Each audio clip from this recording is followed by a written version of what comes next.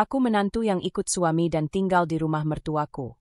Setiap hari sebagai menantu yang berusaha menjadi baik, aku mengerjakan semua pekerjaan rumah, dari mencuci baju, mengepel lantai, memasak, dan lain-lain.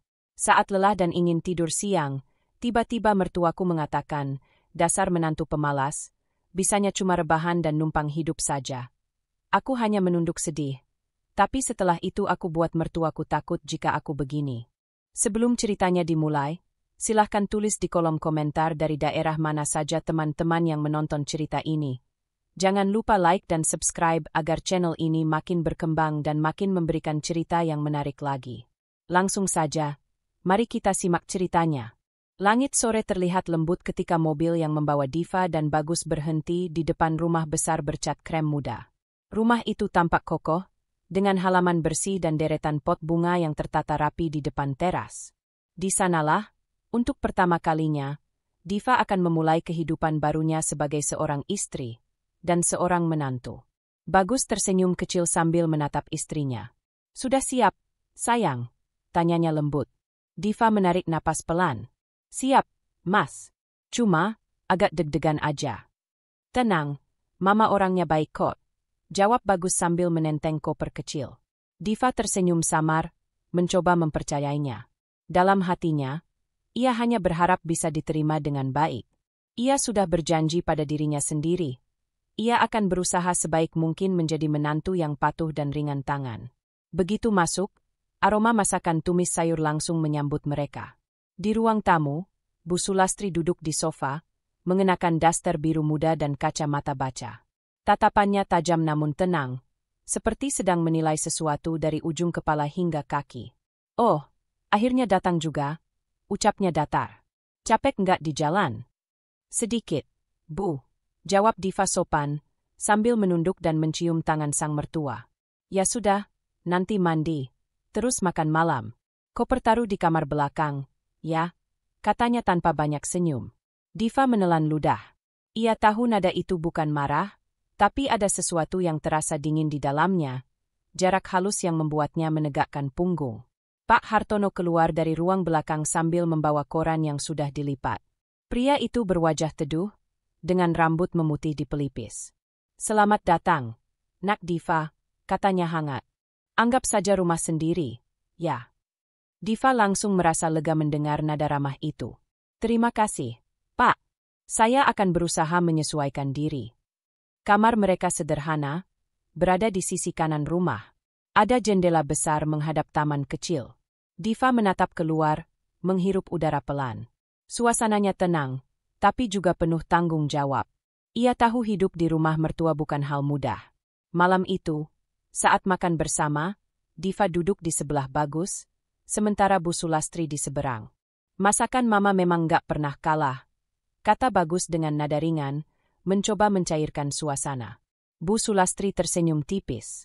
"Ya, kalau orang sudah biasa ngurus rumah, pasti tahu rasa yang pas." Diva mengangguk sopan. "Iya, Bu. Nanti saya mau belajar dari Ibu, biar bisa bantu masak juga." "Boleh, tapi masakan rumah ini butuh ketelatenan. Jangan asal cepat," jawab Bu Sulastri sambil menyendot sayur ke piring Bagus. Nada bicaranya tetap tenang, tapi Diva menangkap sesuatu di baliknya, seperti ujian kecil yang disamarkan dengan senyum. Ia hanya tersenyum, berusaha tidak salah ucap. Setelah makan, Diva membantu mencuci piring di dapur. Air keran mengalir perlahan di tangannya. Ia memperhatikan setiap detail dapur itu, susunan panci, rak bumbu, cara Bu Sulastri menaruh kain lap. Semua tampak rapi dan memiliki aturan tersendiri. "Diva, kalau nyuci piring, air jangan kebanyakan, ya?" kata Bu Sulastri dari ruang tengah. "Oh, iya, Bu. Maaf," jawab Diva cepat, meski air hanya setengah mengisi baskom. Ia tersenyum kaku, menelan sedikit rasa gugup. Bagus datang ke dapur, menepuk bahu istrinya pelan. "Nggak usah tegang, ya. Mama emang detail orangnya," bisiknya. Diva mengangguk. "Aku tahu. Aku cuma pengen beliau suka sama aku." "Pasti bisa," kata Bagus meyakinkan. Tapi dalam nada suaranya, ada sedikit kelelahan yang tidak disadari. Menjelang malam, setelah semuanya tenang, Diva berbaring di kasur dengan tubuh terasa letih. Ia memandangi langit-langit kamar sambil berpikir tentang hari itu. Tak ada kejadian buruk, tapi juga belum ada kehangatan yang benar-benar terasa. Ia masih merasa seperti tamu yang harus hati-hati menaruh setiap langkah. "Mas," katanya pelan. Sahut Bagus yang sudah setengah tertidur. "Kamu yakin aku bisa betah di sini?" Bagus membuka mata, menatap istrinya. "Kamu bisa, Div. Mama cuma butuh waktu. Nanti juga terbiasa." Diva tersenyum kecil. "Aku harap begitu." Malam itu, sebelum memejamkan mata, Diva berdoa dalam hati. Ia memohon agar diberi kesabaran dan kekuatan. Ia tahu perjalanan ini baru dimulai, dan mungkin tidak akan mudah. Tapi selama Bagus ada di sisinya, ia berjanji akan berusaha. Di luar, suara jangkrik mengisi keheningan. Rumah itu tampak damai, tapi di balik setiap dinding, Diva merasakan sesuatu yang samar, ketegangan halus yang belum bernama. Ia tak tahu apakah itu hanya rasa canggung awal, atau tanda-tanda kecil dari ujian yang akan datang. Namun satu hal pasti, ia tidak ingin menyerah sebelum mencoba. Pagi pertama Diva di rumah mertua dimulai bahkan sebelum matahari terbit. Suara ayam berkokok dari kejauhan membuatnya membuka mata lebih cepat dari alarm di ponselnya. Ia bergegas ke dapur dengan langkah pelan, tak ingin menimbulkan suara yang bisa dianggap mengganggu. Udara pagi terasa dingin, dan aroma sabun cuci piring masih tersisa dari malam sebelumnya. Diva mulai menanak nasi, memanaskan air, lalu memotong bahan sayur untuk sarapan. Ia ingin memastikan semuanya selesai sebelum Bu Sulastri bangun. Dalam hati, ia berharap mertuanya akan melihat kesungguhannya dan, mungkin, tersenyum sedikit hari ini. Tak lama kemudian, langkah kaki terdengar dari arah kamar depan. Bu Sulastri muncul dengan daster dan rambut yang digelung seadanya. "Wah, sudah bangun?" tanyanya dengan nada datar. "Iya, Bu. Saya sekalian masak nasi goreng, biar Mas Bagus nggak telat sarapan." Bu Sulastri menatap dapur sebentar. "Nasi goreng? Nasi sisa semalam, kan?" "Iya, Bu." Ya bagus. Tapi bumbunya jangan terlalu banyak minyak, nanti cepat enek." "Baik, Bu," jawab Diva cepat. Nada suaranya sopan, tapi di dadanya ada ketegangan kecil. Ia tahu komentar itu bukan marah, hanya kebiasaan Bu Sulastri mengatur segalanya. Namun tetap saja, setiap kalimat terasa seperti ujian. Saat sarapan disajikan, Bagus duduk di meja makan sambil menggeliat pelan. "Wah, ini buatan kamu, ya?" katanya pada Diva. "Iya, Mas." Bagus mencicipi satu sendok, lalu tersenyum. "Enak, kok." "Pas." Bu Sulastri menatap putranya sejenak, lalu berkata, "Ya, kalau kamu suka, bagus. Tapi Mama biasa tambahkan sedikit bawang putih biar lebih harum." Diva tersenyum menahan gugup. "Nanti saya coba, Bu." Setelah sarapan selesai, Diva membereskan meja, mencuci piring, lalu mengepel lantai ruang tengah. Sementara itu, Bu Sulastri sibuk menata bunga di teras depan. Sesekali, matanya melirik ke arah menantunya, memastikan semuanya berjalan sesuai caranya. Diva memperhatikan bagaimana setiap benda di rumah itu seperti punya aturan tak tertulis. Taplak meja harus rata tanpa lipatan. Toples camilan ditutup rapat menghadap ke arah tertentu. Bahkan sapu disandarkan di posisi yang sama setiap hari. Ia mencoba mengikuti semuanya. Di sela-sela pekerjaan, Pak Hartono sempat muncul. Ia mengambil koran dan menatap Diva yang sedang menjemur pakaian. "Capek, Nak?" tanyanya lembut. "Sedikit, Pak. Tapi nggak apa-apa. Saya senang bisa bantu-bantu." Pak Hartono mengangguk. "Pelan-pelan saja. Jangan sampai kamu sakit. Rumah ini nggak harus sempurna, yang penting suasananya enak." Diva tersenyum kecil. "Terima kasih, Pak." Kata-kata itu sederhana, tapi membuat Diva merasa diperhatikan. Ada sedikit hangat yang menenangkan di tengah kesibukan yang tak berhenti. Menjelang siang, Diva memeras kain pel dengan tangan yang mulai merah. Tubuhnya agak pegal, tapi ia tak ingin terlihat lelah. Saat hendak duduk sebentar di kursi ruang makan, suara Bu Sulastri terdengar lagi dari arah dapur. "Diva, tolong kalau sudah pel, sapunya digantungnya. Jangan disenderin di dinding, nanti bulunya cepat rusak." Diva langsung bangkit. "Iya, Bu. Maaf, saya lupa. Tidak apa. Biasakan saja. Rumah ini harus rapi, biar enak dilihat. Iya, Bu. Diva menarik napas pelan, mencoba menenangkan diri. Ia tahu Bu Sulastri bukan bermaksud jahat, hanya terbiasa mengontrol segala hal. Tapi tetap saja, setiap koreksi kecil membuat dadanya terasa sesak. Sore hari, ia membantu menyiapkan teh hangat di ruang tamu. Bagus baru pulang kerja, dan suasana sedikit lebih santai. Bu Sulastri duduk di kursi sambil menonton berita, sementara Pak Hartono membaca koran. Tehnya saya taruh di sini. Ya, Bu, kata Diva. Bu Sulastri menoleh sekilas. Iya, tapi lain kali pakai cangkir putih aja, bukan yang bermotif. Lebih serasi sama taplaknya. Oh, baik, Bu. Diva tersenyum, tapi dalam hati ia mulai bertanya-tanya apakah semua yang dilakukannya selalu salah. Ia menatap cangkir bermotif bunga yang sebenarnya cantik, tapi ia tahu lebih baik tak berdebat. Malamnya, saat mereka sudah di kamar, Diva menatap tangan yang mulai kasar karena air sabun dan pekerjaan seharian. Mas, katanya pelan. Bagus menoleh sambil membuka laptop. Aku capek, tapi aku senang bisa bantu-bantu. Cuma, aku takut salah terus di mata ibu. Bagus mendekat, menepuk bahunya pelan. Mama memang begitu, Div. Kamu sabar aja dulu. Nanti kalau sudah terbiasa, Mama pasti lebih lembut. Diva tersenyum tipis. Aku harap begitu. Ia berbaring dengan pandangan kosong ke langit-langit kamar. Dalam hati, ia mengulang niatnya lagi. Ia hanya ingin diterima, dianggap bagian dari keluarga ini. Tak lebih, tak kurang. Dan meski hari itu penuh komentar dan arahan kecil, Diva tetap berpegang pada satu hal. Ia tidak akan berhenti mencoba. Karena bagi dirinya, setiap senyum, setiap kata sopan, setiap langkah kecil di rumah itu adalah bentuk cinta dan perjuangan yang ia pilih sendiri. Beberapa hari berlalu sejak Diva mulai menetap di rumah mertua. Rutinitasnya berjalan lancar di permukaan, tapi suasana hati di dalam rumah perlahan berubah arah. Pagi itu, Diva menyiapkan makan siang lebih awal. Ia ingin mencoba resep sayur lodeh yang pernah diceritakan Bu Sulastri.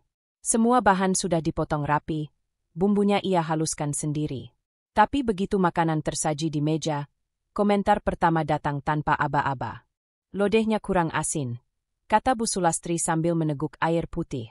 Oh, iya, Bu. Mungkin saya kurang garam tadi, jawab Diva cepat. Kalau masak, harus dicoba dulu rasanya sebelum disajikan. Jangan asal matang aja, lanjut Bu Sulastri dengan nada ringan, tapi tajam di telinga Diva. Iya, Bu. Maaf. Bagus yang duduk di sebelahnya melirik istrinya sekilas, lalu berkata, tapi menurutku enak. Kok? Gurih. Bu Sulastri mendengus kecil. Kamu tuh, semua dibilang enak. Kalau istri masak air putih juga kamu puji.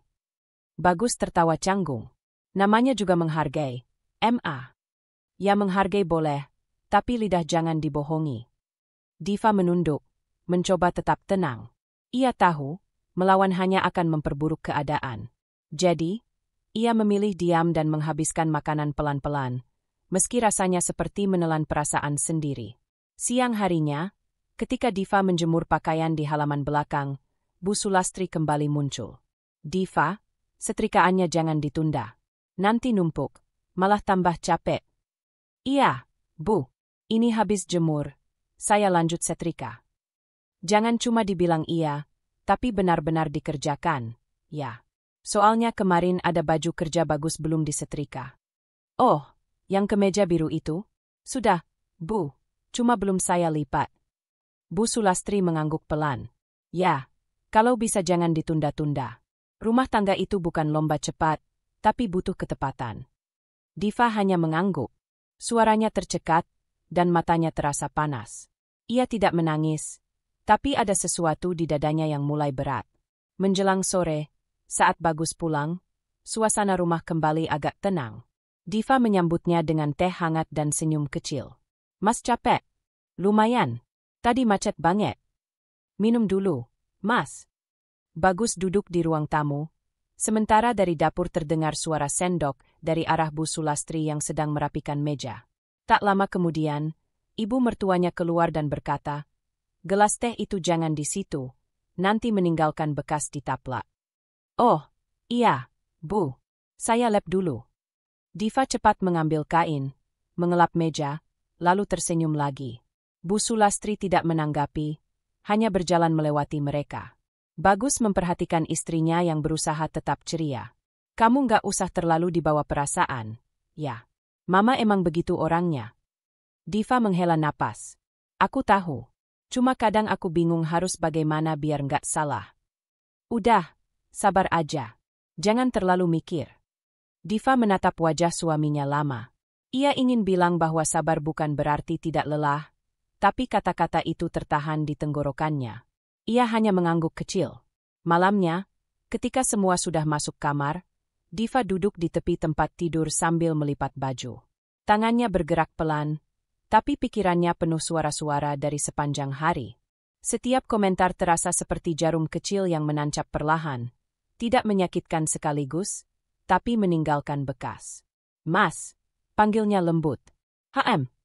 Bagus sudah setengah berbaring sambil memainkan ponselnya. "Kamu nggak pernah kepikiran buat tinggal sendiri, ya?" Bagus menoleh. "Kenapa nanya gitu?" "Enggak, cuma mungkin Mama juga capek ngurus rumah. Aku juga bisa bantu dari jauh kalau perlu." Bagus tersenyum lemah. "Jangan mikir aneh-aneh dulu, ya. Mama nggak jahat, cuma, ya, cara bicaranya aja kadang bikin nggak nyaman. Aku tahu kamu berusaha kok, dan aku bangga." Kata bangga itu membuat dada Diva hangat sejenak. Tapi entah kenapa, rasanya cepat pudar begitu saja. Ia hanya menjawab, "Iya, Mas. Aku ngerti." Malam semakin larut, dan hanya suara kipas angin yang terdengar di kamar. Diva menatap langit-langit sambil berpikir, apakah semua menantu mengalami hal yang sama? Atau memang ia yang terlalu berharap untuk diterima sempurna? Di hatinya, ia masih punya tekad yang sama seperti saat pertama kali datang. Ingin berbuat baik, ingin dianggap bagian dari keluarga ini. Tapi perlahan, ia mulai menyadari, tidak semua kebaikan akan langsung dikenali. Dan di dalam diam, Diva belajar hal baru malam itu. Kadang, luka paling dalam justru datang dari kata-kata yang diucapkan dengan nada datar. Pagi itu udara terasa lebih panas dari biasanya. Matahari menyelinap masuk lewat celah jendela dapur, membuat keringat menetes di pelipis Diva meski baru pukul 9. Ia sudah bangun sejak subuh, memasak sarapan, mencuci pakaian, membersihkan halaman belakang, dan menjemur baju kerja Bagus. Langkahnya mulai melambat. Setiap gerakan terasa berat, seolah tubuhnya menolak untuk terus bekerja. Tapi Diva menahan diri. Ia tahu Bu Sulastri tidak suka melihat seseorang bermalas-malasan di rumah. Setelah mencuci piring makan siang, Diva duduk di kursi ruang makan, memijat tengkuknya sebentar. Pandangannya kabur karena kelelahan. Di meja, jam menunjukkan hampir pukul 2. Rumah sedang tenang. Bu Sulastri baru saja keluar ke warung tetangga, dan Pak Hartono tidur siang di kamar depan. Diva berpikir, mungkin inilah waktunya untuk beristirahat sebentar. Ia masuk ke kamar, menutup pintu perlahan. Hanya ingin berbaring 15 menit saja, pikirnya. Sekadar menenangkan kepala yang berdenyut.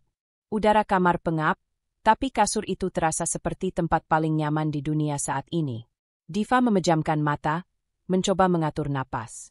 Namun baru beberapa menit terlelap, suara pintu kamar mendadak terbuka keras. "Diva!" Suara Bu Sulastri menggema. Diva tersentak bangun, jantungnya berdegup cepat. Ia langsung duduk.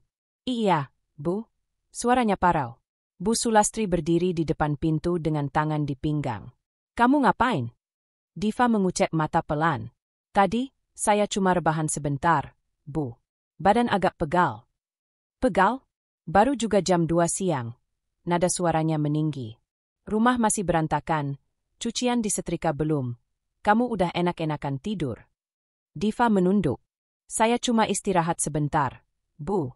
Nanti saya lanjut lagi." "Dari kemarin kamu bilang, nanti. Tapi yang saya lihat, kerja kamu itu setengah-setengah. Jangan cuma numpang hidup di sini, Diva. Jadi istri itu bukan cuma manis di depan suami, tapi tahu diri juga." Kata-kata itu jatuh seperti pisau tumpul, menyakitkan tapi lambat. Diva membeku. Ia tak tahu harus menjawab apa. Bu Sulastri masih berdiri di ambang pintu, matanya menatap tajam. Saya ini tiap hari lihat kamu. Masak ia orang yang baru jadi menantu kerjaannya cuma rebahan tengah hari begini. Diva menunduk makin dalam. Maaf, Bu. Saya salah. Saya nggak bermaksud malas. Bu Sulastri mendengus pelan. Kalau kamu capek, pikir juga Mama. Dari muda sampai sekarang, saya nggak pernah tidur siang. Hidup itu nggak bisa dimanjain rasa lelah. Diva mengangguk pelan, tak berani menatap. Saya paham, Bu. Ya sudah, lanjutkan kerjaanmu. Jangan bikin saya ngomel tiap hari. Tanpa menunggu jawaban, Bu Sulastri menutup pintu dengan sedikit keras. Suara itu menggema beberapa detik sebelum rumah kembali sunyi. Diva masih duduk di tepi ranjang, tangan di pangkuan, matanya menatap kosong ke lantai. Tubuhnya gemetar pelan, bukan karena marah, tapi karena menahan sesuatu yang lebih berat dari itu. Perasaan tidak dihargai. Ia menarik napas dalam-dalam, tapi udara terasa sesak. Ingin menangis, tapi tak ada air mata yang keluar. Hanya dada yang terasa sesak, seperti ada sesuatu yang menekan dari dalam. Dari luar kamar, terdengar suara sandal Bu Sulastri berderap menuju dapur. Sesekali terdengar bunyi piring disusun, lalu hening lagi. Diva tahu, jika ia keluar sekarang, wajahnya akan terlihat murung, dan itu bisa jadi alasan baru untuk dimarahi. Maka ia tetap di kamar, mencoba menenangkan diri. Beberapa menit kemudian, pintu kamar kembali terbuka, kali ini pelan. Bagus berdiri di sana, masih memakai kemeja kerja, baru pulang dari kantor. Kamu kenapa? Tanyanya lirih. Diva tersenyum samar, tapi wajahnya pucat. Enggak apa-apa, Mas. Cuma kecapean. Bagus menatapnya lebih lama. Tadi Mama ngomel, ya. Diva menunduk. Enggak apa-apa. Aku memang salah. Tidur siang sebentar aja kayaknya enggak pantas. Bagus mendekat, duduk di sebelahnya. Kamu juga manusia, Div. Capek itu wajar. Tapi aku tinggal di rumah Mama, Mas. Aku harus bisa ngikutin aturan beliau. Bagus menghela napas berat. Aku tahu. Tapi kamu juga harus jaga dirimu. Jangan sampai sakit. Diva hanya mengangguk pelan. Ia tidak ingin membuat masalah di antara Bagus dan ibunya. Lebih baik diam, lebih baik terlihat sabar. Tapi dalam diam itu, hatinya terasa mulai retak sedikit. Malamnya, setelah semua tertidur, Diva duduk di tepi ranjang lagi. Lampu kamar remang. Ia menatap tangannya yang kasar karena pekerjaan rumah, lalu menatap pintu yang tertutup rapat. Dalam kesunyian itu, pikirannya terus berputar.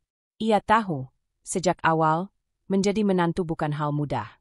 Tapi ia tidak menyangka akan seberat ini, berusaha sebaik mungkin, namun selalu dianggap kurang. Diva memejamkan mata. Air matanya akhirnya jatuh, perlahan tapi pasti. Tidak karena marah, tapi karena lelah menjadi seseorang yang terus berusaha membuktikan kebaikan, namun tak pernah cukup di mata orang lain. Di luar, angin malam berhembus pelan. Rumah itu tenang, tapi di dalam kamar kecil itu, ada hati yang sedang belajar menahan luka dalam diam. Sejak kejadian siang itu, suasana rumah terasa berubah. Tidak ada yang benar-benar ribut, tapi udara di ruang tamu seperti menahan sesuatu yang tak terlihat. Setiap kali Diva dan Bu Sulastri berada di ruangan yang sama, percakapan mereka hanya sebatas kalimat seperlunya. Datar, sopan, tapi tanpa kehangatan. Bagus menyadari itu. Ia melihat bagaimana istrinya kini berbicara lebih hati-hati, menunduk setiap kali ibunya lewat, dan tersenyum hanya seperlunya. Tapi yang paling membuatnya gelisah adalah kesunyian di antara keduanya. Bukan karena mereka tidak bicara, tapi karena setiap kata bisa berubah jadi api sewaktu-waktu. Suatu sore, saat Bagus baru pulang kerja, ia melihat Diva sedang menyapu halaman. Gerakannya pelan, wajahnya tampak lelah tapi tetap berusaha tersenyum saat melihat suaminya datang. Mas udah pulang? Iya, udah dari tadi Mama di dalam. Baru masuk. Lagi nonton TV. Jawab Diva, nada suaranya lembut tapi datar. Bagus menatap istrinya lama, lalu berjalan masuk ke rumah. Di ruang tengah, Bu Sulastri duduk sambil memegang ponsel. Tatapannya langsung berpindah ke anaknya. Bagus, Mama mau ngomong. Ya, Emma? Diva itu makin kesini makin aneh. Ya. Mama tadi lihat dia diam aja waktu disuruh ngelap meja. Bukannya langsung gerak. Bagus mencoba tersenyum kecil. Mungkin dia lagi capek. Emma. Seharian ngurus rumah. Capek? Semua orang juga capek, Gus. Mama dulu kerja dari pagi sampai malam, nggak pernah bilang capek. Kalau menantu kayak gitu terus, lama-lama bikin mama repot. Bagus terdiam. Ia tahu nada itu. Nada yang menuntut ia untuk setuju. Tapi kali ini, sesuatu di dalam dirinya menolak. "Ma," katanya pelan, "Diva udah banyak bantu. Aku lihat sendiri." Bu Sulastri menatap tajam. "Kamu sekarang bela istri di depan Mama." "Bukan begitu, Ma. Aku cuma bilang apa adanya. Jangan buta karena cinta, Gus. Mama tahu perempuan seperti apa yang bisa ngatur rumah tangga. Diva itu terlalu lembek. Rumah kayak gini nggak bisa dijalankan dengan orang yang mudah lelah." Bagus menarik napas dalam. Ia tidak ingin membantah, tapi juga tidak bisa lagi diam. "Ma, mungkin caranya beda, tapi niatnya sama. Dia berusaha kok. Setiap hari kerja dari pagi." "Berusaha tapi setengah hati itu percuma," potong Bu Sulastri cepat. Kata-kata itu seperti tamparan. Bukan hanya untuk Diva, tapi juga untuk Bagus sendiri. Ia menunduk, menatap lantai. Dalam hatinya, ia mulai merasa bersalah, bukan karena membela istrinya, tapi karena selama ini ia selalu menutup mata terhadap hal-hal kecil yang sebenarnya sudah membuat Diva terluka. Malamnya, setelah makan malam selesai, Bagus masuk ke kamar. Diva sedang melipat pakaian di lantai. Lampu kamar redup, hanya suara kain bergesek yang terdengar. "Tadi Mama ngomong apa aja sama kamu?" tanya Bagus hati-hati. Diva tersenyum samar tanpa menatap. "Nggak banyak. Cuma bilang jangan taruh baju di kursi." Katanya kelihatan berantakan. Bagus mendekat, duduk di sampingnya. "Div, kalau Mama ngomong kasar, kamu jangan dipendam sendiri, ya?" Diva menoleh pelan. "Aku tahu, Mas. Tapi kalau aku jawab, malah tambah salah." Bagus menatap istrinya lama. "Aku cuma takut kamu makin capek." Diva menunduk. Tangannya berhenti melipat. "Aku udah capek, Mas. Tapi bukan cuma karena kerjaan. Aku capek ngerasa selalu salah." Kata-kata itu menembus langsung ke dada Bagus. Ia terdiam. Tidak tahu harus bilang apa. Semua pembelaan yang sempat ia pikirkan terasa tidak berguna di hadapan kalimat sederhana itu. Ia akhirnya hanya berkata pelan, "Aku janji, aku bakal coba ngomong lagi sama Mama. Biar nggak terus kayak gini." Diva menatapnya ragu. "Mas yakin?" "Yakin. Aku harus bisa bikin Mama ngerti." Namun di dalam hati, Bagus sendiri tidak benar-benar yakin. Ia tahu ibunya bukan tipe orang yang mudah berubah pendapat. Tapi jika ia terus diam, Diva bisa hancur perlahan di bawah tekanan yang tak terlihat. Malam itu, setelah Diva tertidur, Bagus duduk sendirian di ruang tamu. Lampu kecil di sudut ruangan menyala temaram. Ia memandangi foto keluarga yang tergantung di dinding. Dirinya, Mama, Papa, dan kini seharusnya ada Diva sebagai bagian baru dari keluarga itu. Tapi entah kenapa, foto itu kini terasa seperti simbol jarak yang makin lebar. Ia menatap kosong sambil berpikir. Bagaimana caranya menjaga dua orang yang sama-sama ia sayangi, tanpa membuat salah satunya terluka? Dan untuk pertama kalinya, dalam diamnya, Bagus mulai merasa ragu pada ibunya. Bukan karena benci, tapi karena ia mulai melihat sisi yang selama ini ia tolak untuk percaya, bahwa cinta seorang ibu pun bisa menyesakkan, jika tak diiringi dengan pengertian. Pagi itu suasana rumah terasa lebih tenang dari biasanya. Hujan semalam menyisakan udara sejuk yang jarang datang di kota kecil itu. Diva berdiri di dapur, menyiapkan teh hangat untuk semua orang. Tangannya masih terasa berat, tapi hatinya sedikit lebih ringan. Entah karena udara pagi atau karena ia sudah mulai terbiasa dengan ritme hidup di rumah ini. Bu Sulastri masih di kamar, sementara suara batuk kecil terdengar dari ruang tamu. Diva melirik sebentar, lalu membawa secangkir teh ke sana.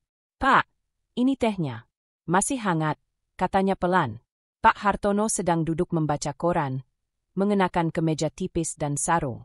Ia menoleh, tersenyum lembut. "Wah, terima kasih, Div. Kamu selalu ingat selera Bapak, ya?" Diva ikut tersenyum kecil. Iya, Pak. Tehnya nggak terlalu manis, kan? Pas. Bapak suka yang begini. Ia menaruh korannya di meja, lalu menatap menantunya lama-lama. Kamu kelihatan capek, Nak. Diva sempat terdiam sejenak sebelum menjawab. Sedikit, Pak. Tapi nggak apa-apa. Namanya juga masih belajar jadi bagian keluarga. Pak Hartono mengangguk pelan. Belajar, ya. Kata yang bagus itu. Hening beberapa detik. Hanya suara kipas angin berputar di sudut ruangan. Diva duduk di kursi sebelahnya dengan hati-hati. Tidak ingin terlihat kurang sopan. Bapak tahu, kata Pak Hartono kemudian, hidup di rumah mertua itu nggak mudah. Apalagi kalau rumahnya sudah punya kebiasaan yang berjalan lama. Tapi Bapak lihat kamu berusaha keras, dan itu yang penting. Diva menunduk, tersenyum hambar. Saya cuma pengen dianggap baik, Pak. Nggak lebih. Dan kamu sudah melakukannya. Jawab Pak Hartono tenang. Kadang, orang yang paling banyak berbuat malah yang paling jarang dipuji. Tapi Tuhan tahu, Nak, itu cukup. Kalimat itu membuat dada Diva terasa hangat. Seolah ada sesuatu yang mengalir pelan. Bukan semangat besar, tapi ketenangan yang menenangkan hati. Ia menatap Pak Hartono dengan mata yang mulai berkaca-kaca. Pak, boleh saya jujur? Tentu, Nak. Bapak dengar. Diva menarik napas. Saya kadang merasa, saya ini salah terus. Mau gimana pun caranya, hasilnya selalu kurang di mata ibu. Pak Hartono menatapnya lembut, tanpa menyela. Saya tahu mungkin ibu cuma ingin yang terbaik, tapi rasanya berat. Pak, saya takut kalau saya bicara, nanti dibilang melawan. Tapi kalau saya diam, saya makin gak tenang. Pak Hartono mengangguk perlahan, matanya teduh. Bapak paham. Ibu kamu itu keras karena dia ingin rumah ini terjaga seperti dulu. Tapi dia lupa, sekarang rumah ini juga punya penghuninya yang baru. Kadang butuh waktu untuk hatinya terbuka. Jadi saya harus sabar. Ya, Pak. Sabar. Iya.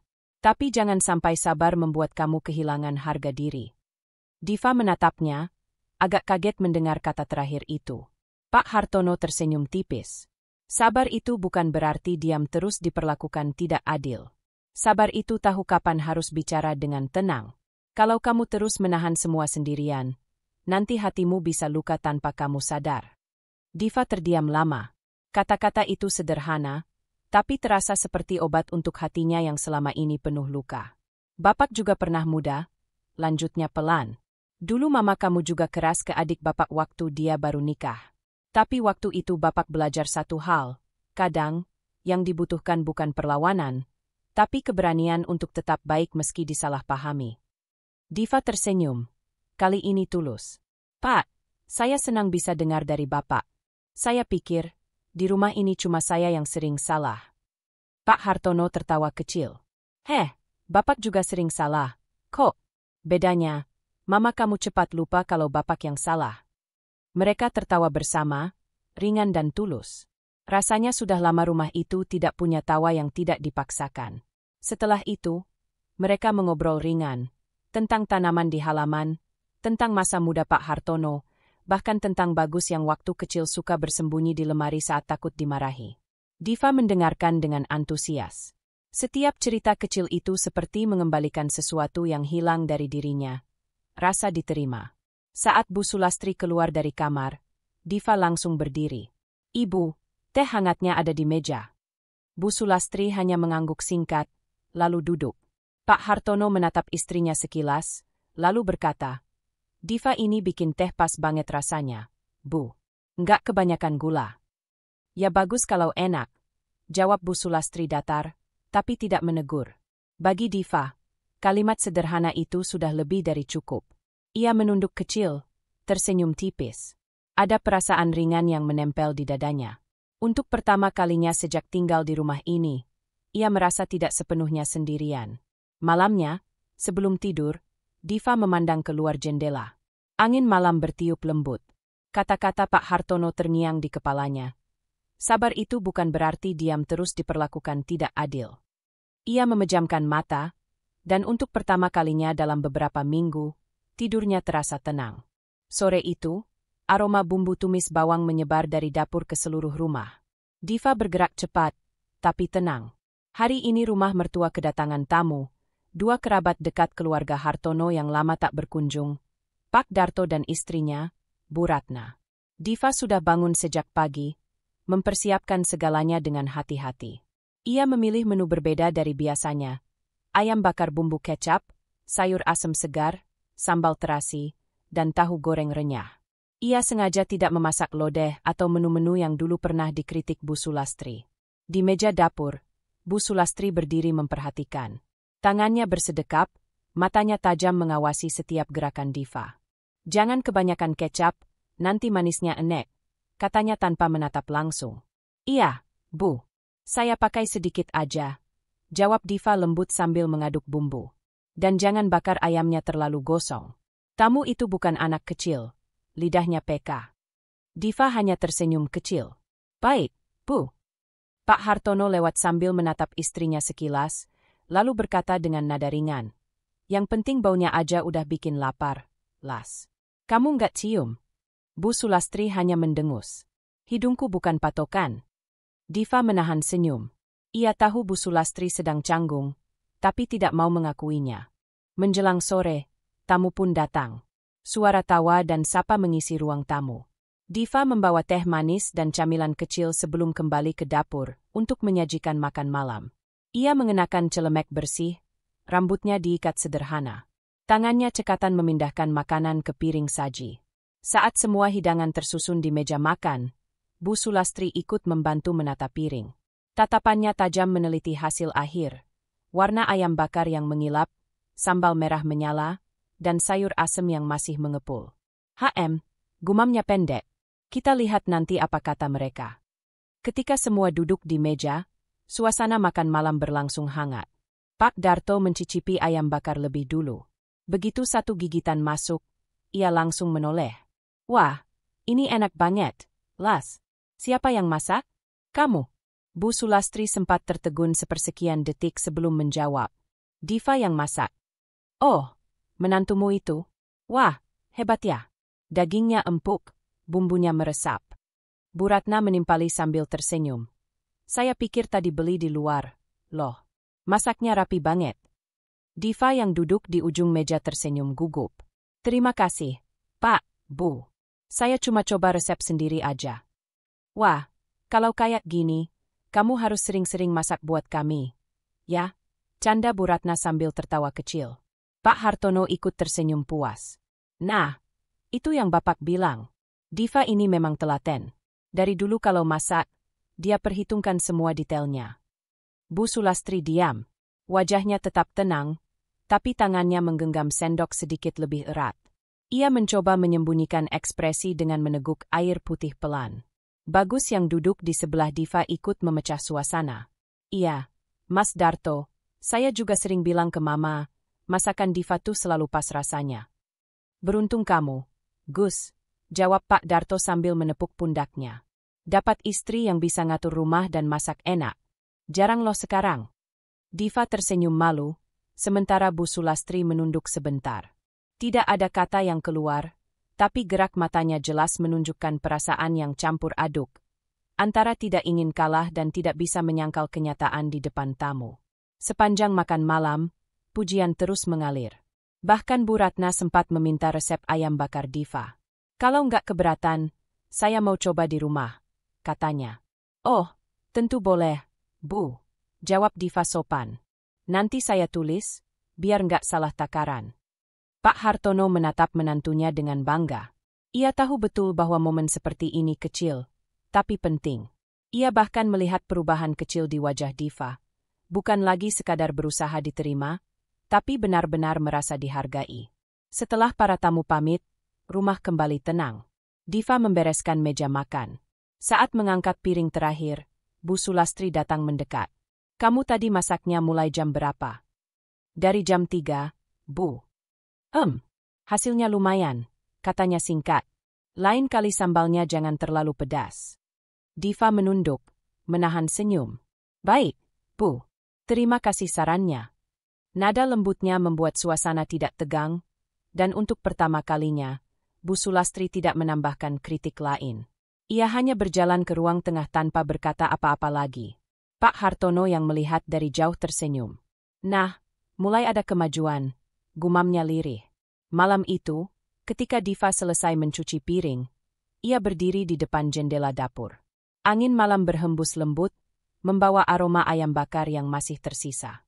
Ia menarik napas panjang dan tersenyum kecil, bukan karena ingin pamer, tapi karena akhirnya ia merasa, sekecil apapun usahanya, ada yang mulai melihat.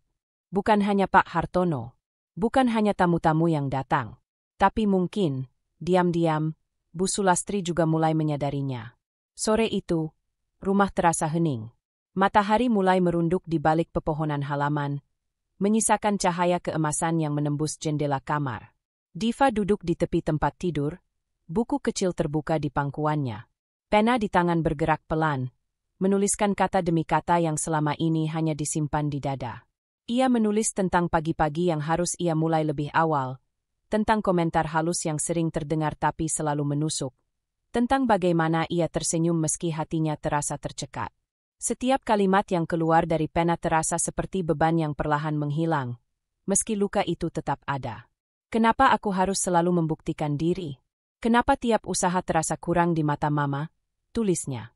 Diva menatap tulisan itu sejenak, bibirnya mengerut. Ada rasa getir yang aneh, bukan karena putus asa, tapi lebih pada ketajaman kesadaran. Ia mulai memahami pola, bahwa kritik yang datang berulang bukan sekadar kebetulan. Ada tekanan sistematis yang membuatnya selalu merasa harus ekstra hati-hati. Namun di antara kata-kata itu, ia juga menuliskan hal lain, pengakuan kecil pada dirinya sendiri. Tapi aku juga mampu. Aku bisa masak, bisa mengurus rumah, bisa menjaga tutur kata. Aku nggak bodoh. Aku cuma perlu cara sendiri. Diva menutup mata sejenak. Suaranya sendiri terdengar di kepala, bukan seperti penghiburan dari orang lain, tapi seperti bisikan lembut yang ia tunggu-tunggu. Ada kepuasan kecil yang muncul karena akhirnya ia memberi ruang pada pikirannya sendiri. Selama ini, semua perhatian dan kritik orang lain sering menenggelamkan suara batin yang paling sederhana, bahwa ia punya nilai. Ia menulis lagi, kali ini lebih panjang, tentang rasa tertekan yang muncul ketika Bagus mencoba membela, atau ketika tamu memuji masakannya. Kata-kata itu membentuk pola yang membuatnya memahami satu hal penting, bahwa penerimaan orang lain memang penting, tapi penerimaan diri sendiri lebih menentukan bagaimana ia berdiri di tengah rumah yang penuh tuntutan ini. Aku tidak akan diam terus. Aku harus bisa menegakkan diri tanpa harus bertengkar. Aku ingin dihormati, bukan ditakut-takuti. Tapi cara itu harus pelan, harus penuh strategi. Diva menutup buku sebentar dan menatap jendela. Cahaya sore memantul di kaca, membentuk bayangan tipis di dinding kamar. Bayangan itu seperti menemaninya, memberi kesan bahwa ia tidak benar-benar sendiri. Bahkan ketika rumah ini terasa penuh ketegangan, ada sesuatu yang tak terlihat tapi nyata. Kekuatan kecil yang tumbuh di dalam dirinya sendiri. Ia menghela napas panjang, menandai bab baru di pikirannya sendiri. Titik balik itu bukan tentang melawan atau menentang, tapi tentang menata ulang diri. Setiap komentar yang menekan, setiap tatapan sinis, setiap momen kecil yang membuatnya ingin menghindar, kini bisa ia catat dan pelajari, bukan hanya dirasakan. Aku boleh marah, tapi aku tidak harus menjerit. Aku boleh kecewa, tapi aku tidak harus menyerah. Aku bisa memilih kapan diam, kapan berkata, dan kapan bertindak. Diva menulis hal-hal itu tanpa tergesa-gesa, menikmati setiap kata yang keluar dari pena. Ada ketenangan aneh yang muncul, campuran antara kewaspadaan dan keberanian. Ia mulai memahami bahwa mempertahankan diri tidak selalu identik dengan konfrontasi. Kadang itu berarti menyusun langkah, menunggu momen yang tepat, atau sekadar menuliskannya di tempat yang aman, di buku kecilnya sendiri. Beberapa menit kemudian, terdengar suara langkah ringan Bagus dari luar kamar. Ia menutup buku dengan cepat, menyimpan di meja samping tempat tidur, dan menarik napas pelan. Saat Bagus membuka pintu, Diva tersenyum tipis, menyembunyikan semua pergolakan yang baru saja ia tuangkan di halaman buku. "Halo, Mas," sapanya lembut. "Halo, Div. Lagi apa?" Bagus duduk di tepi ranjang, menatap istrinya. "Cuma baca dan menulis sedikit," jawab Diva ringan. Bagus mengangguk, tersenyum tipis. Ia tak tahu semua yang baru saja Diva tulis, tapi ia bisa merasakan aura berbeda dari istrinya.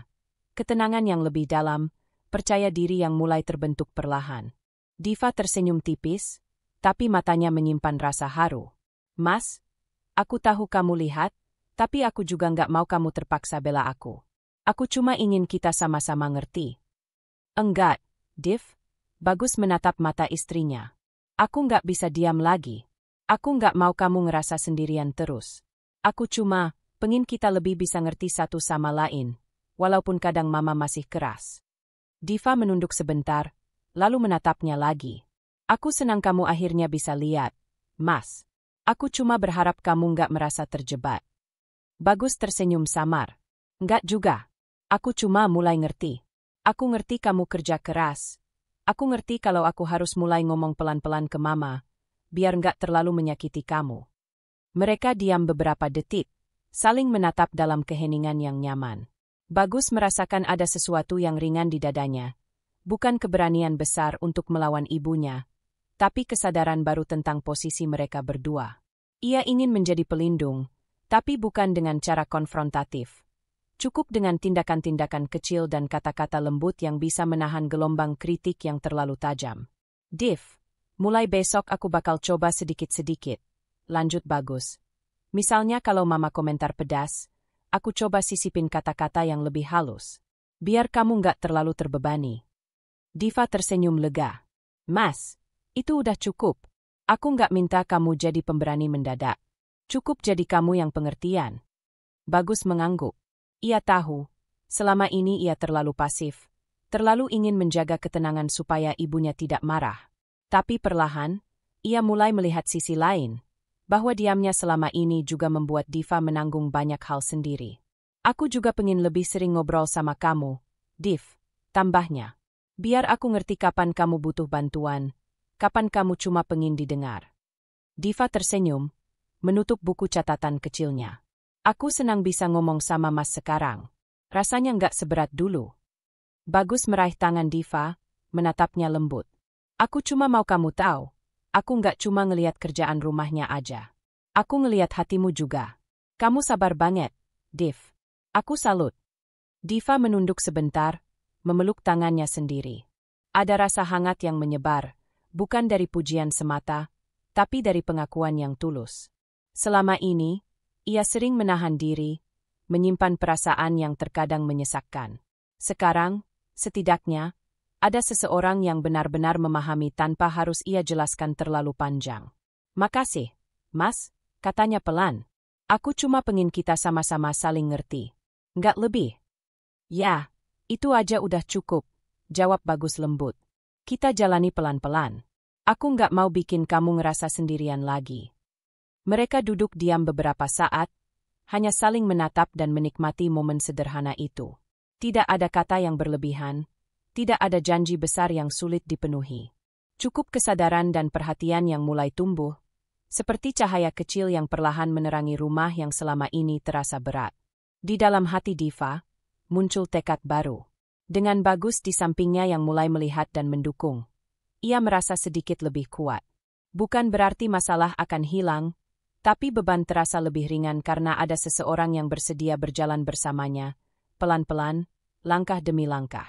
Dan malam itu, keduanya menutup percakapan dengan senyum kecil yang tulus. Senyum yang menandai awal dari pemahaman yang lebih dalam, bukan konfrontasi, tapi pengakuan dan rasa hormat yang mulai terbentuk di antara mereka. Pagi itu, cahaya matahari menembus jendela dapur, menyorot permukaan meja yang tertata rapi. Diva sedang menyiapkan sarapan sambil mengaduk adonan kue. Tangannya bergerak pelan tapi pasti, matanya fokus pada setiap langkah. Udara di rumah terasa biasa saja, tapi Diva bisa merasakan sesuatu yang berbeda. Ada ketegangan halus yang melingkupi ruang itu, seperti bayangan yang bergerak di pinggir matanya. Bu Sulastri keluar dari kamar, wajahnya kaku, bibir menipis. Ia menatap Diva saat menaruh piring di meja. Kenapa loyangnya nggak langsung dilap sebelum dipakai? Suara Bu Sulastri terdengar datar, tapi tajam.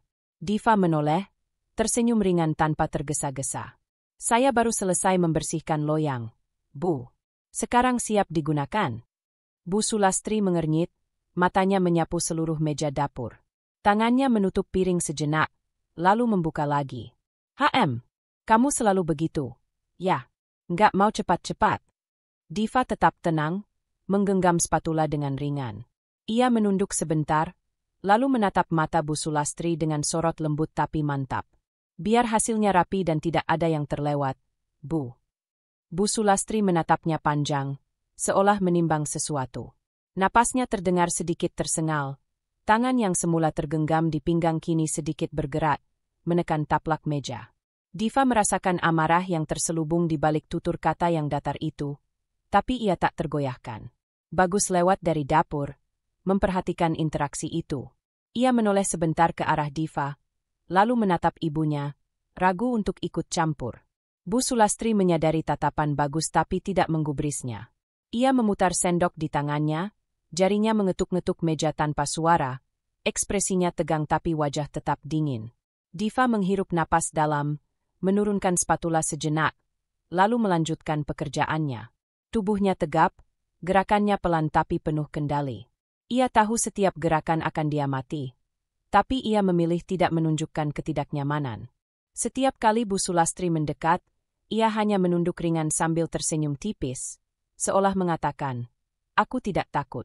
"Bahan kue ini terlalu basah," komentar Bu Sulastri kemudian, mencondongkan tubuh sedikit ke arah meja. Diva menatap adonan sebentar, lalu mengangkat satu alis secara halus, ekspresi wajahnya tetap tenang. "Saya akan menambahkan sedikit tepung lagi, Bu, supaya teksturnya pas."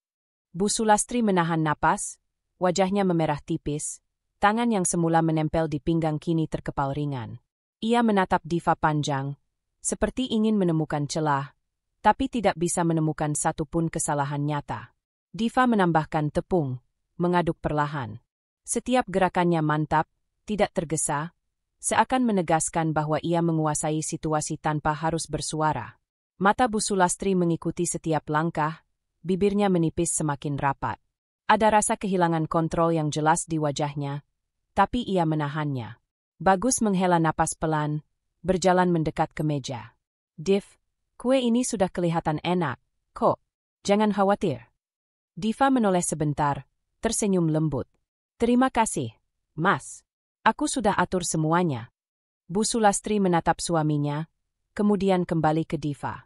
Wajahnya tetap keras, tapi matanya sedikit berkilat, bukan dari kemarahan yang meledak, tapi dari frustrasi karena pengaruhnya tidak sebesar yang ia kira. Ia mencoba mencari kata lain, komentar lain, tapi kata-kata itu macet di tenggorokannya.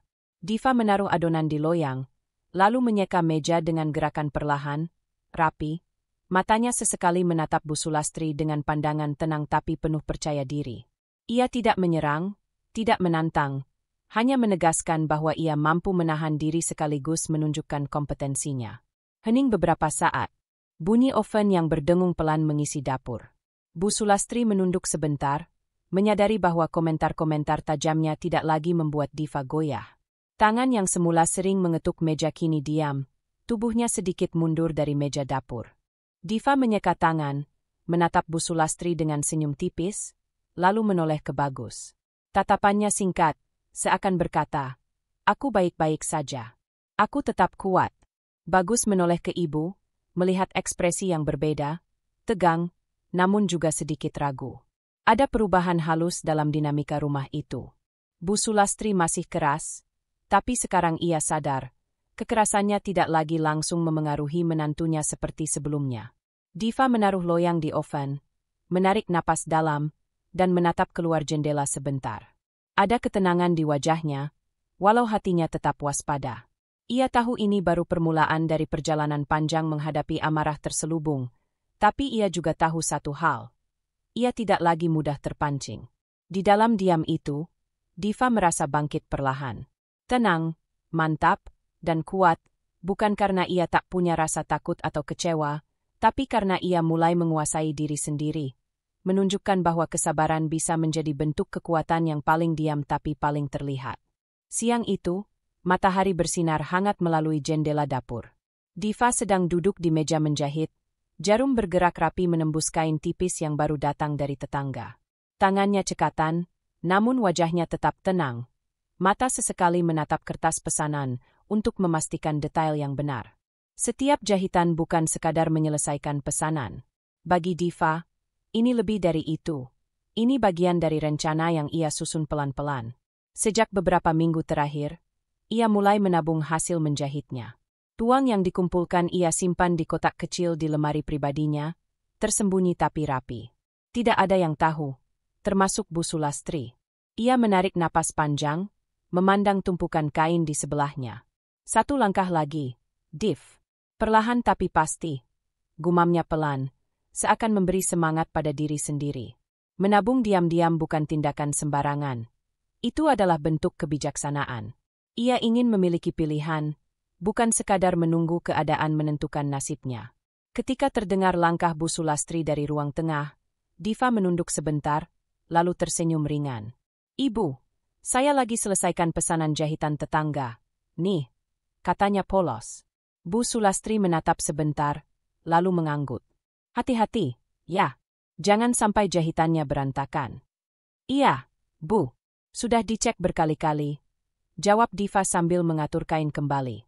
Diva tahu, jika ia terlalu terlihat cemas atau terburu-buru, Bu Sulastri akan menangkapnya sebagai kelemahan.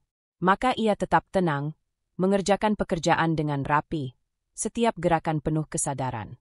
Meski ada ketegangan yang terselubung, ia menempatkan diri seolah semua normal, seolah ini hanyalah rutinitas biasa. Saat menjahit, ia menulis angka kecil di sudut buku catatannya, mencatat jumlah uang yang ia sisihkan dari setiap pesanan. Angka itu menjadi simbol kecil dari kendali yang mulai ia miliki. Setiap lembar kain yang selesai, setiap kancing yang terpasang rapi, terasa seperti batu bata kecil yang membangun pondasi masa depan. Diva menaruh jarum dan kain sejenak, memandang keluar jendela. Angin siang berhembus lembut, membawa aroma bunga di halaman. Ia tersenyum tipis. Selama ini, banyak hal yang membuatnya merasa tak berdaya. Tapi kini, dengan setiap tindakan kecil, menabung, menyusun pesanan, merapikan diri, ia mulai merasakan kontrol yang sebelumnya hilang. Pikiran tentang masa depan tidak membuatnya gelisah, malah menumbuhkan tekad. Ia tahu bahwa suatu saat, jika harus keluar dari rumah, ia akan punya pilihan. Tidak tergesa, tidak terburu-buru, tapi siap dengan langkah yang jelas dan matang. Bagus lewat dari dapur, membawa minuman. "Div, minum dulu, ya. Panas nih." "Terima kasih, Mas," jawab Diva sambil tersenyum. Ia menaruh jarum dan kain sementara, mengambil gelas. Masih banyak yang harus diselesaikan nanti. Bagus menatapnya sebentar, tersenyum tipis. Ia bisa merasakan perubahan halus pada istrinya. Aura ketenangan yang baru, penuh perhitungan tapi tetap hangat. Tidak seperti dulu yang selalu tampak rapuh setiap kali mendapat komentar keras. Diva mengangguk pelan, menegaskan pada diri sendiri. Semua ini hanya langkah kecil. Tapi langkah kecil yang konsisten akan membawaku ke tempat yang lebih aman. Setelah Bagus pergi, Diva kembali ke meja jahitannya. Ia menempelkan kain berikutnya, memeriksa pola, dan mulai menjahit dengan ritme mantap.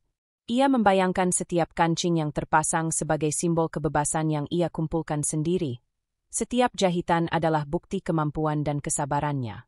Ia tidak terburu-buru, tapi tidak menunda juga. Setiap tindakan penuh perhitungan. Bahkan ketika Bu Sulastri menoleh dari ruang tengah, menatapnya singkat dengan tatapan tajam, Diva tetap tenang. Pandangan itu tidak lagi menakutkan. Ia tahu posisinya aman, meski secara diam-diam, ia mulai menyiapkan jalan keluar jika keadaan memaksa. Menjelang sore, Diva menutup kotak kecil tempat menyimpan uang hasil menjahit. Ia menyembunyikannya di tempat yang hanya ia tahu. Setiap langkah itu terasa berat, tapi juga membebaskan. Tidak ada kemarahan yang perlu diluapkan, tidak ada perlakuan yang harus dibalas. Hanya perencanaan cermat yang akan menuntunnya jika tiba saatnya, ia membutuhkan kendali atas hidupnya sendiri. Diva menatap meja jahitannya sejenak. Tangannya penuh bekas jarum, matanya bersinar. Ia tersenyum kecil, puas.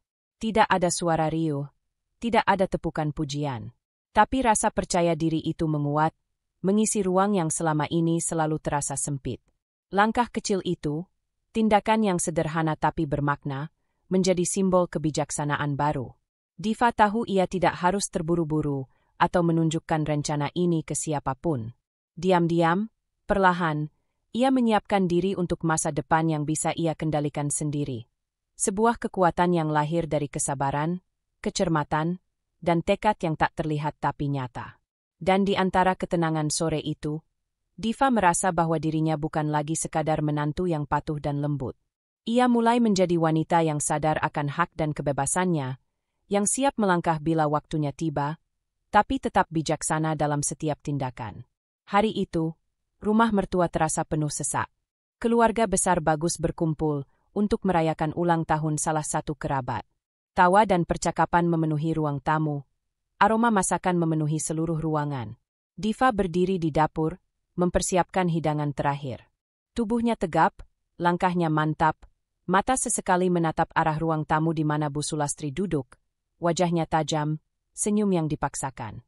Saat hidangan disajikan, Bu Sulastri mulai bicara dengan nada yang lebih tinggi dari biasanya, mengarahkan komentar tajam pada Diva di depan semua orang. Diva, jangan asal letak piring. Kalau kamu nggak bisa atur meja dengan benar, lebih baik duduk diam saja. Sejenak, seluruh ruangan terdiam. Beberapa kerabat menatap kaget, ada yang menunduk canggung, dan beberapa lainnya menatap Diva dengan rasa iba. Diva menelan napas, tangannya tidak gemetar, wajahnya tetap tenang. Ia menatap Bu Sulastri dengan mata mantap sebelum bicara. Bu Sulastri, boleh saya jawab? Suaranya lembut tapi jelas terdengar oleh semua yang hadir. Semua mata tertuju padanya. Bu Sulastri menatapnya tajam, seakan menunggu kesalahan sekecil apapun dari menantunya. Selama ini, saya berusaha keras untuk menyesuaikan diri, mengurus rumah, menjaga tutur kata, dan melakukan yang terbaik untuk keluarga. Lanjut Diva. Suaranya tetap stabil, nada yang dipilih elegan, tidak terburu-buru. Bu Sulastri mendengus, bibirnya menipis, tapi Diva tidak berhenti. Saya tahu, saya tidak sempurna.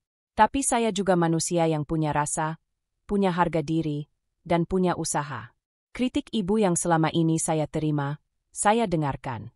Namun menghina saya di depan orang lain, membuat saya merasa tidak dihargai sama sekali. Sejenak, keheningan memenuhi ruangan. Bagus menatap istrinya dengan campuran kagum dan cemas, sementara kerabat lain mulai menunduk atau menatap Bu Sulastri dengan rasa tidak enak. Diva menarik napas panjang sebelum melanjutkan. Saya selalu diam, menahan diri, dan berusaha sabar. Tapi diam bukan berarti saya setuju dengan semua perlakuan yang membuat saya tersisih. Saya ingin dihormati sebagai bagian dari keluarga ini, bukan hanya di mata suami, tapi juga di mata semua yang ada di sini. Suasana terasa tegang, namun elegan. Tidak ada teriakan, tidak ada drama berlebihan, hanya kata-kata yang dipilih dengan hati-hati, tapi menancap tegas. Bu Sulastri menatap Diva, wajahnya memerah, tangan yang semula bersedekap kini sedikit gemetar. Ia mencoba membuka mulut, tapi tidak ada kata yang keluar. Diva menunduk sebentar, lalu menatap sekeliling keluarga. Saya harap mulai hari ini, kita bisa saling menghormati. Saya tidak ingin terus merasa takut atau terpojok. Saya ingin menjadi bagian keluarga ini dengan cara yang baik, tapi bukan dengan menelan hinaan. Beberapa kerabat saling berpandangan. Pak Hartono, yang duduk tidak jauh dari Bu Sulastri, menatap menantunya dengan tatapan bangga. Bagus menepuk tangan istrinya pelan di bawah meja, menandakan dukungan penuh. Bu Sulastri akhirnya berbicara dengan nada rendah, mencoba mengembalikan wibawanya. Diva, maksud saya. Diva menatapnya dengan tenang, memberi ruang agar kata-kata itu keluar, tapi tetap tidak meninggalkan keberaniannya. Saya dengar, Bu. Tapi tolong jangan ulangi perlakuan yang sama di depan orang lain. Kita bisa bicara baik-baik. Nada yang dipilih Diva lembut tapi tegas, tidak memaki atau menyinggung, hanya menegaskan batas yang selama ini ia pendam. Bu Sulastri menunduk sebentar, wajahnya campur aduk antara marah, terkejut, dan, entah bagaimana, sedikit mengalah. Bagus menatap istrinya dengan mata berbinar. Div, kamu hebat, bisiknya pelan. Diva tersenyum tipis, menepuk tangan suaminya sekilas. Ia tahu kemenangan ini bukan tentang konfrontasi, tapi keberanian untuk bicara dengan kepala dingin, hati mantap, dan integritas yang terjaga. Saat malam semakin larut, tamu-tamu mulai pergi. Atmosfer rumah masih terasa tegang, tapi ada sesuatu yang berubah. Bu Sulastri diam-diam menurunkan nada kritisnya. Diva menata meja terakhir, tetap rapi, tetap elegan, dengan aura yang kini berbeda, bukan lagi hanya menantunya yang patuh, tapi seorang wanita yang sadar akan hak dan kebijakannya sendiri. Dalam hati, Diva tersenyum kecil. Hari itu bukan sekadar pertengkaran. Itu adalah titik balik. Dari diam menjadi berani, dari menahan perasaan menjadi menegaskan batas, dari rasa takut menjadi kesadaran bahwa menghormati diri sendiri adalah kekuatan paling elegan yang bisa dimiliki seseorang. Dan Bagus, yang menyaksikan semuanya, mulai memahami. Istri yang selama ini ia cintai bukan lagi hanya sosok lembut dan sabar.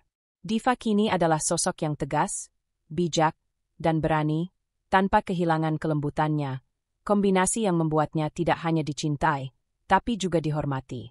Beberapa hari setelah ketegangan malam itu, rumah mertua terasa hening tapi berbeda. Ada udara yang terasa berat, seperti menunggu sesuatu yang tak terucapkan. Diva duduk di ruang tamu, menatap secangkir teh hangat di tangannya, pikirannya berputar.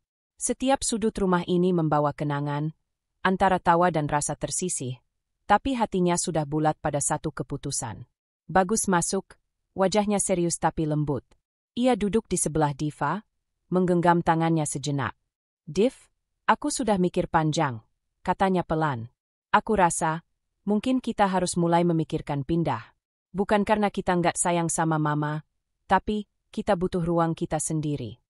Diva mengangguk pelan, napasnya sedikit berat, tapi matanya mantap. "Aku juga sudah siap, Mas. Ini keputusan sulit, tapi aku rasa kita nggak bisa terus hidup seperti ini. Aku butuh ruang untuk kita, untuk hidup yang lebih seimbang." Bagus menatap wajah istrinya, membaca keteguhan yang selama ini ia lihat tumbuh perlahan. "Aku tahu Mama akan kaget. Dan aku juga takut, Div. Takut dia bakal marah, bahkan takut kehilangan aku." Diva tersenyum tipis. "Aku paham, Mas. Aku juga nggak ingin menyakiti siapapun. Tapi kalau kita diam terus, kita cuma menunda hal yang seharusnya membawa kebaikan untuk semua pihak. Kita tetap bisa menghormati Mama, tapi hidup sendiri adalah hak kita."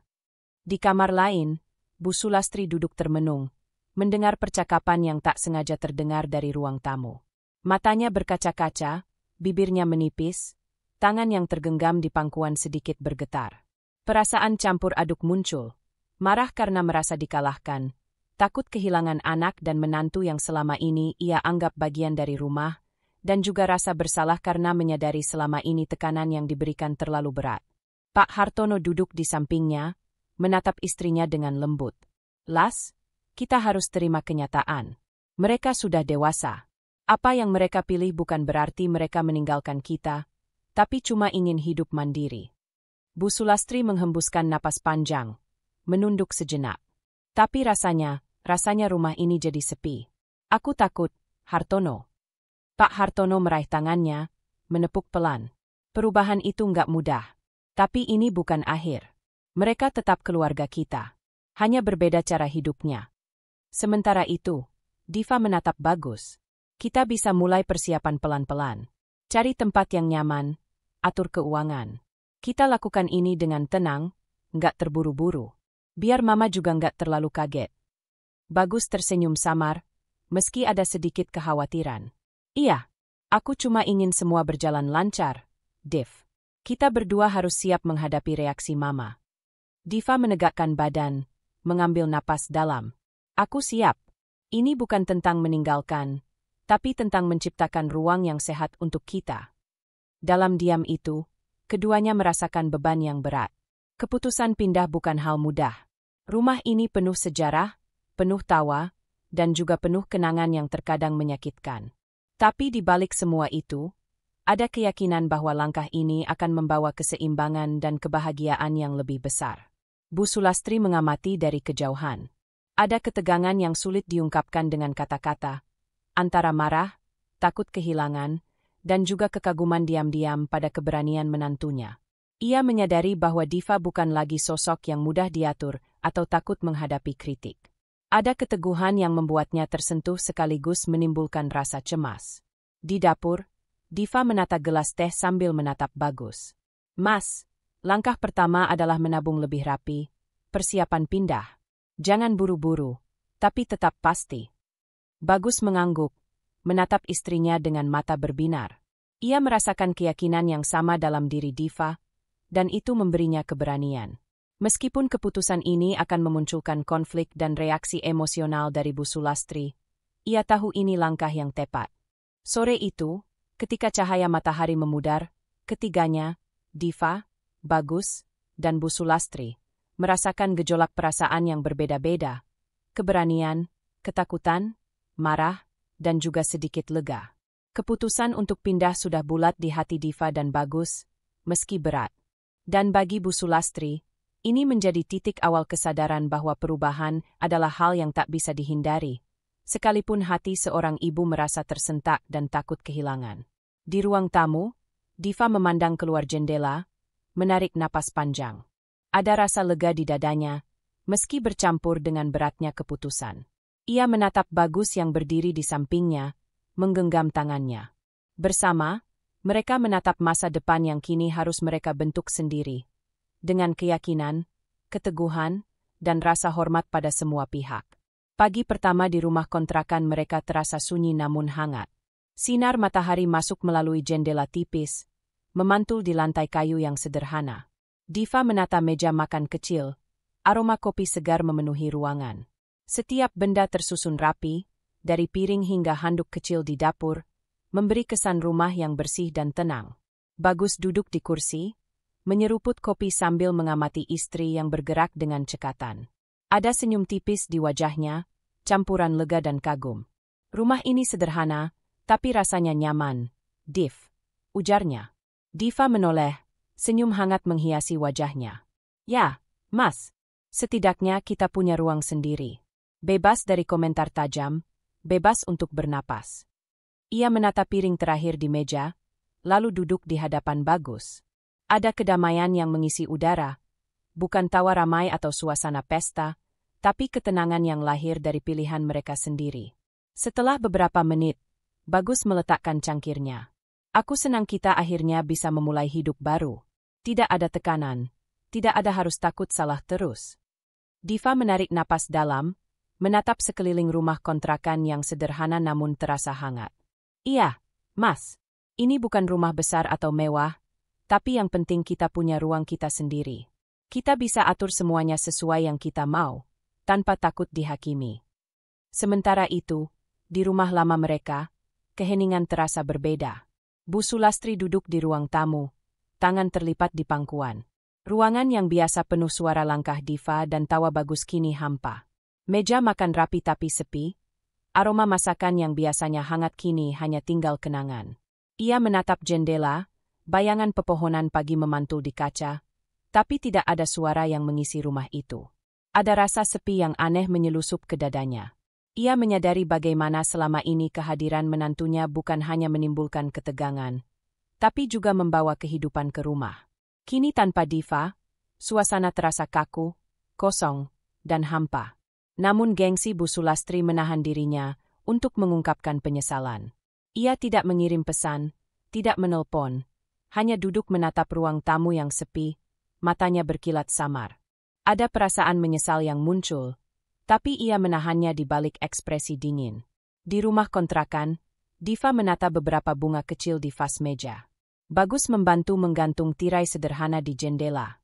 Ada ritme kehidupan baru yang tenang, dari langkah kaki ringan hingga suara alat masak yang terdengar jelas.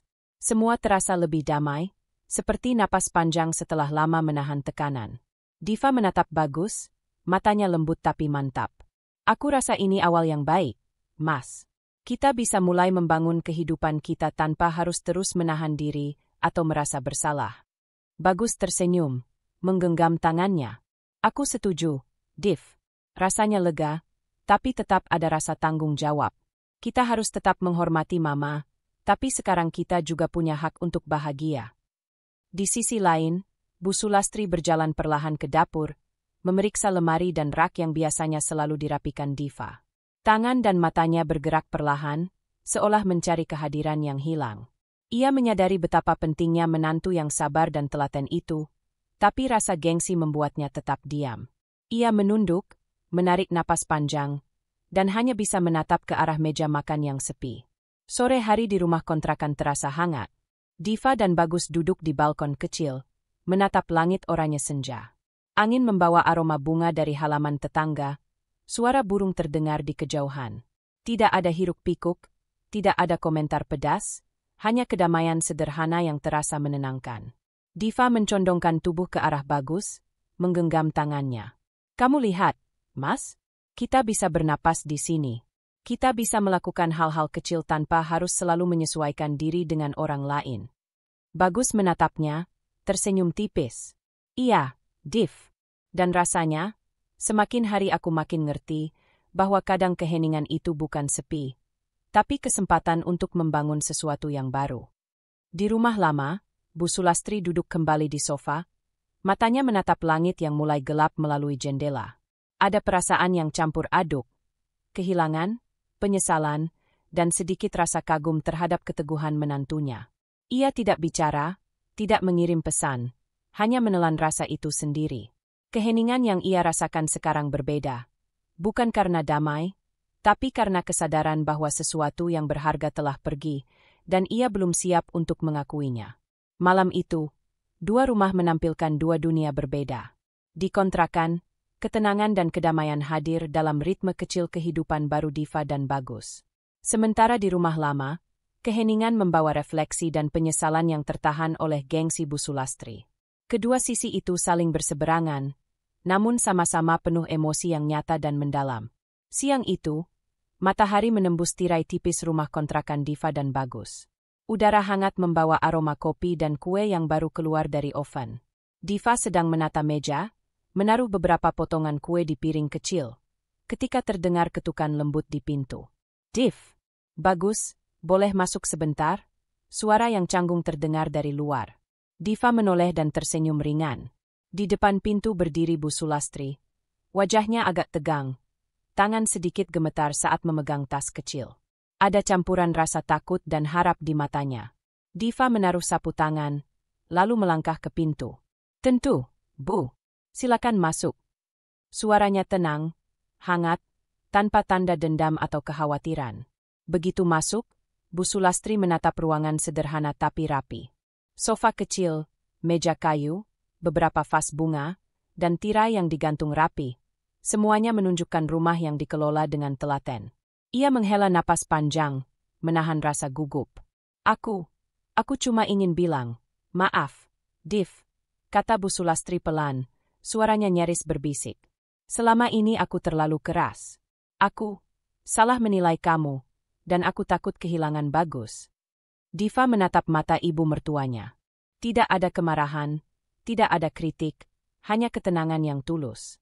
Ia tersenyum tipis dan menepuk tangan Bu Sulastri perlahan. Bu, aku menerima permintaan maaf ibu, jawab Diva lembut. Aku tahu semua yang terjadi bukan karena niat jahat, tapi karena kita semua masih belajar bagaimana menghormati dan memahami satu sama lain. Bagus berdiri di sampingnya, menatap ibu dan istrinya dengan senyum lega. Ibu, Div benar. Kita semua bisa mulai dari sini. Tidak perlu menyesali terlalu lama. Yang penting kita mau melangkah bersama sekarang. Bu Sulastri menunduk sejenak, wajahnya sedikit memerah. Ia tersenyum canggung, lalu duduk di kursi yang disodorkan Diva. Aku masih sulit mengucapkan semua kata yang seharusnya dari dulu. Tapi aku ingin mencoba, Div. Aku ingin hubungan kita membaik. Diva menaruh cangkir teh di meja, duduk berhadapan dengan Bu Sulastri. Suasana terasa hangat, damai, tapi tetap sederhana dan nyata. Bu, kita bisa mulai pelan-pelan. Tidak perlu tergesa-gesa, kata Diva. Yang penting kita saling menghormati. Aku percaya kita bisa belajar dari masa lalu dan memperbaiki cara kita berinteraksi. Bu Sulastri mengangguk, menghela napas pelan. Iya, aku paham. Dan aku berterima kasih, Div. karena kamu bisa menerima aku. Aku nggak akan mengulang cara lama lagi.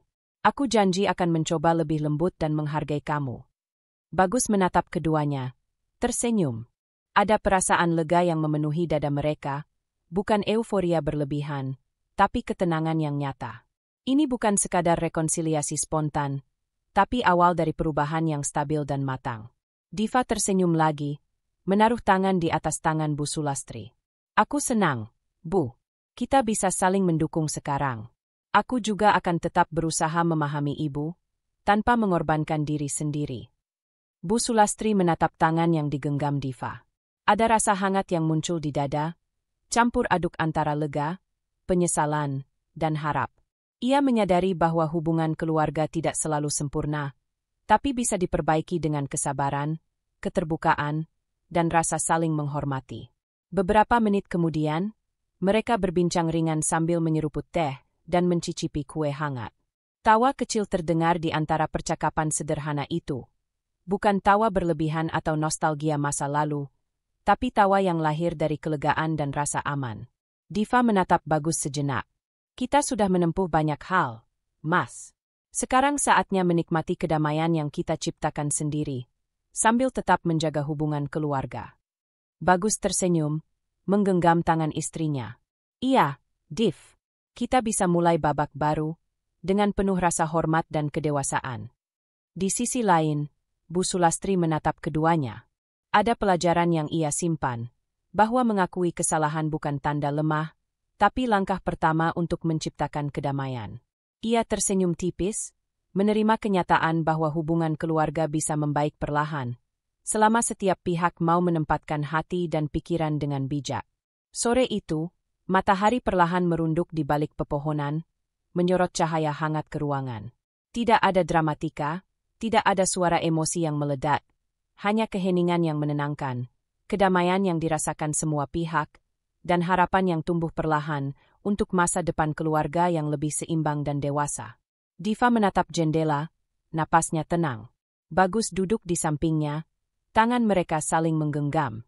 Dan Bu Sulastri, duduk di kursi berhadapan, ikut tersenyum canggung tapi tulus. Keheningan itu bukan sepi lagi. Keheningan itu penuh harapan, kedewasaan, dan ketenangan yang mereka ciptakan bersama. Terima kasih sudah mengikuti perjalanan Diva dan Bagus, dari ketegangan di rumah mertua hingga tercapainya kedamaian dan saling pengertian. Kisah ini menunjukkan bahwa kesabaran, kebijaksanaan, dan keberanian untuk menetapkan batas dapat membawa perubahan positif dalam hubungan keluarga. Kalau kamu ingin terus menonton kisah-kisah inspiratif lainnya, jangan lupa untuk subscribe agar tidak ketinggalan cerita terbaru, tips menulis, dan alur cerita menarik lainnya. Tekan tombol subscribe sekarang, dan mari kita lanjutkan perjalanan bersama dalam dunia cerita yang penuh emosi dan pelajaran hidup.